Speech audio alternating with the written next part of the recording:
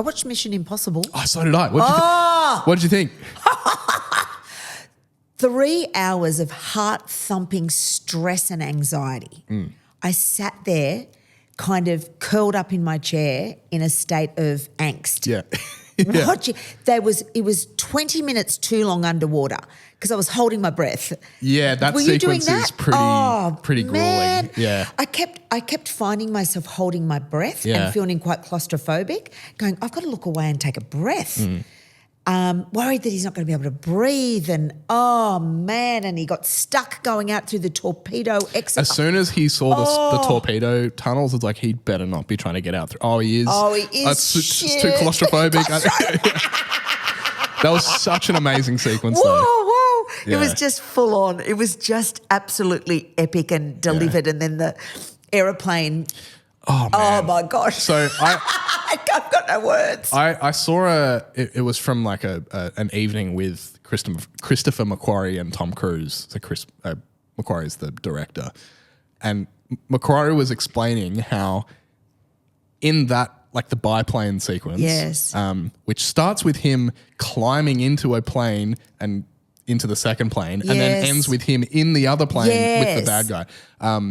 There's a bit where he was just explaining, because people obviously are looking at that going, oh my God, Tom Cruise, amazing actor, amazing stunt performer, and they shot that at 10,000 feet or however high up they are. But the director was explaining, there's no camera crew. Tom Cruise is camera operating as well as performing. It's in front of him. That's right. So I saw that rig. He was explaining how, part of the reason he has to get from one plane to the other is the first plane starts to fall apart. And so there's a camera movement where the focus racks from his hands where he's holding onto to the little bit of structure that's starting to flap, and then racks back to the focus racks back to his hands, and then back again as he goes to fix the thing. No one else, he's operating the camera while doing that stunt. So it's not just that he's an amazing stunt performer. He's like, everything about that is so impressive because it's too disturbing because of that. Because I think when you think it's fake and it's a green screen, you can relax and think, oh, well, it's fake, but isn't this fun? But because you know that he really did it, made it all the more disturbing. It's immersive. And he's on the, what did they call that? On the biplane where they walk, they called it was, I watched him on an interview, walking the like the wing walk. And he talked about having to get used to the gravitational force and able to move then as he's dropping G's to massive G's in one direction and then the change of G's, and then he could go to the next position. Yeah. And he did that seamlessly. And as I watched him do that, I thought, oh, shit, that's clever. You can only be a pilot and know that. Yeah. Know your plane so well and know how your body responds under that kind of force. But that knowledge combined with a knowledge of cinema and lenses and things like insanity. It's pure insanity. And why hasn't he ever won an Oscar? Like, it just feels like a rip-off. Surely he's going to get an Oscar for this. Well, there is, I think it's in the 2027 Oscars. They're introducing stunt coordination for the first time. Oh, he needs it. He's extraordinary, regardless of what you think about the dude. He is unbelievable. There was a scene on those two biplanes that were going down through a canyon at the very beginning. Yeah. And I know that he is the same director from Top Gun, isn't he? No. But he different dude.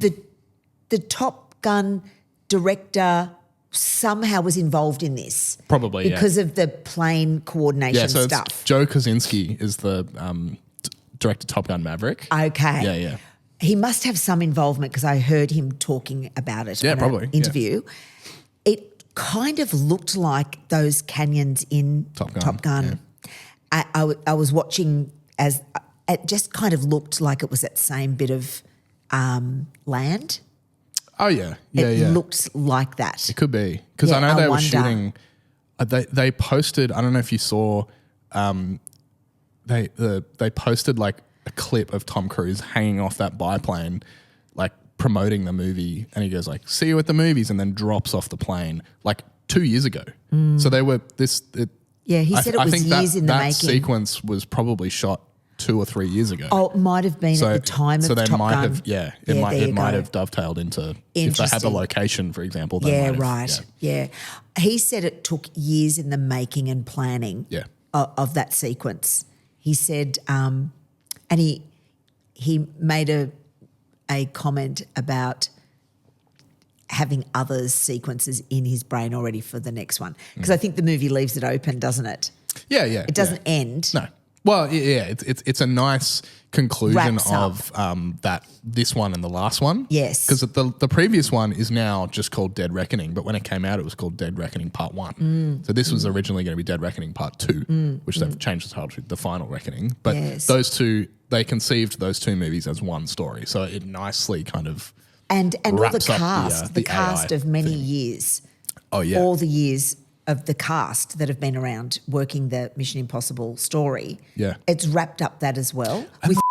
Well, I'll bleep that. Spoilers. Shit, sorry. But yes, yeah. You know? Absolutely. And the way it goes into, like it plugs directly into, without spoilers, Mission Impossible 1. Oh, I know. In a really interesting way, but also Mission show the Impossible footage. and Mission Impossible 3. 35 years he's been doing this. Yeah. It was so incredible. Yeah, he needs an Oscar. He really does. It was just so well put together. I think So entertaining. having your name precede the title or the director is an Oscar in and of itself. Like it's Tom Cruise Yeah. in Top Gun or The Mission Reckoning. Impossible, Yeah. directed by, like, you know, his right. name is the thing that is. people go and watch. Like, but even like, who cares if it's Mission Impossible, Top Gun, the Reacher movies? Like, he's pretty good in those. Like, he's such a just.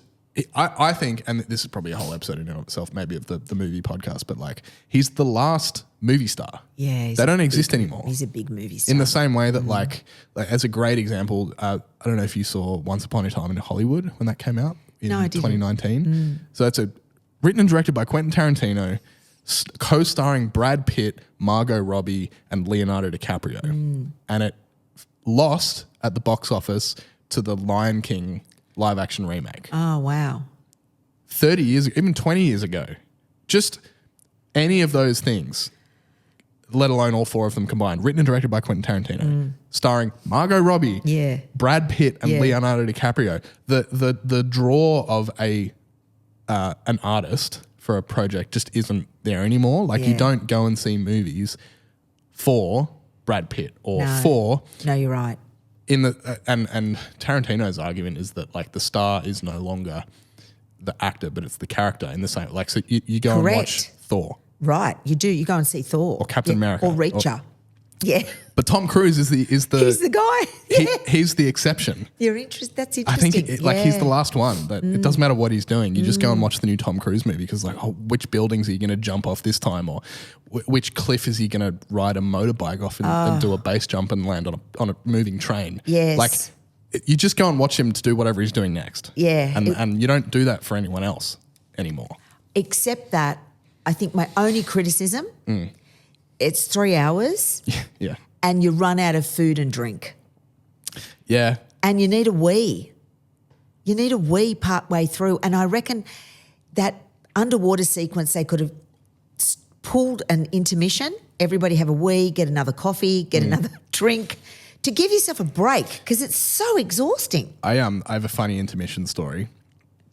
Me and my friend Wilson went and saw Seven Samurai together, which is a Akira Kurosawa movie from 57, I think it is. It's like a classic samurai movie that is kind of the blueprint for a lot of Star Wars as well.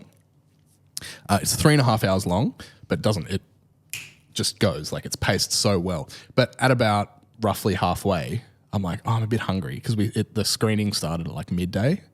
So by the time it finished, it was going to be like 4 o'clock. So I was like, I should have brought some food. So I was like, I'm just going to go get some food. I'll be right back. So I went out to the box office and bought, I don't know, like a sandwich or something. Came back, sat down, and then intermission started. Just because we're so not used to intermissions anymore. No, I know. I just think in those long ones, it could be really good. I felt like everybody needed to exhale. Yeah. There was that they clapped at the end. Yeah, wow. The cinema clapped. It was the massive cinema at full? Warriewood and people clapped. Yeah, wow. Haven't been in a clapping movie in a long time. Yeah. Yeah. Incredible. Yeah, I'm going. And there was a collective, at the end. Yeah, that reminds me of the last time I saw 2001: A Space Odyssey in theaters. The intermission happens, for people that have seen the movie, they know what I mean. The intermission happens at the end of the spacewalk scene, where the camera is like you're from the perspective of Dave in the space helmet going out into space for the first time, and the sound is just his breathing so loud from inside the helmet, and it's so claustrophobic. That makes me feel and sick. so just you tense. talking about it, and yeah. it's such an I amazing get sequence. goosebumps. And then that sequence ends, and intermission comes up, and everyone's like, "Oh!" and everyone sort of spills out into the foyer, like, Yes. "Oh my god, I need a break." That was so Yes. grueling. Yeah, it is grueling. And Yeah. I found that underwater stuff grueling. I had to turn to Ginger at one point and just whisper in her ear and talk about other things Yeah. because I needed a gap from it all. So yeah, if you've seen Mission Impossible 8, let us know what you thought. Yeah. I think my one criticism would be, I think they had to do this, but the first half hour, 40 minutes is a lot of people telling us things, like just exposition dump that is Yeah, a setting little us bit up. boring. Yeah, it Like, was. And there's But it one wasn't bit where set up. like he literally straps into a thing and a computer tells us the plot for 10 minutes. Yeah. And I was like, you could have done this in a more engaging way, but like it doesn't matter because once all that stuff's out of the way, you're off. Like, Yeah, and totally, it just doesn't flying. stop for another 2.5 hours. The day before, I'd watched the first part, so I wanted to recap how it went. And so I was fully engaged Yeah. from the I watched it again moment. as well. So Yeah. I knew all the characters. I remembered how it worked and the trains and the whole thing. That train sequence Oh is, my Lord, it's mad.